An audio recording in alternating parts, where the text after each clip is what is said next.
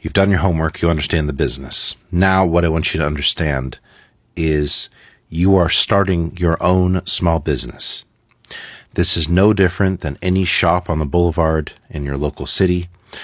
If there's a plumber or a handyman or anyone who drives a van with their logo on it and their phone number on it, you are starting a voiceover business.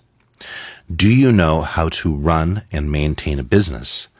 Do you know how to make a logo or get a logo done? Do you have a separate bank account? Do you know how to do invoicing? Do you know how to find clients? Do you have a way for people to pay you for your service? Whether that be PayPal or check or Venmo or whatever it may be. Do you have any marketing materials? How can you convince somebody to hire you? That would be voiceover samples, past work. Somebody needs to be able to hear what you sound like in a finished production. Do you have the tools in order to do the job? Do you have recording equipment? Do you know how to use recording equipment? Do you know how to use recording software? Do you know how to deliver a quality product? So your business is selling clean, usable voice files with convincing enough announcement and or acting in order to convince people to buy a product or service or engage an audience through storytelling, right?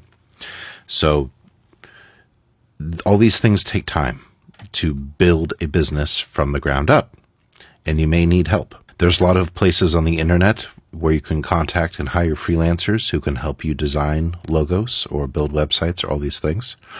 I had to learn how to do all of these things on my own. I had to learn how to build a website with Wix. I had to learn graphic design. I had to learn video editing, audio editing, all of these, the Adobe Suite Cloud. I had to watch YouTube videos and teach myself how to do it all. I don't have enough money to continue to pay someone every time I need a logo or a demo or something redone. So I had to teach myself how to do all of these things. That way I'm not reliant on other people for my business. All of that stuff takes time, it takes dedication, and it takes the ability and desire to learn to run my business. To learn how to use QuickBooks, to learn how to do accounting and invoicing and follow up with clients. Like I said, the actual voice work is about 2% of the actual job. That's the fun stuff.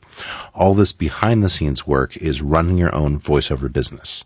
So all this stuff is very important to know what you're getting into.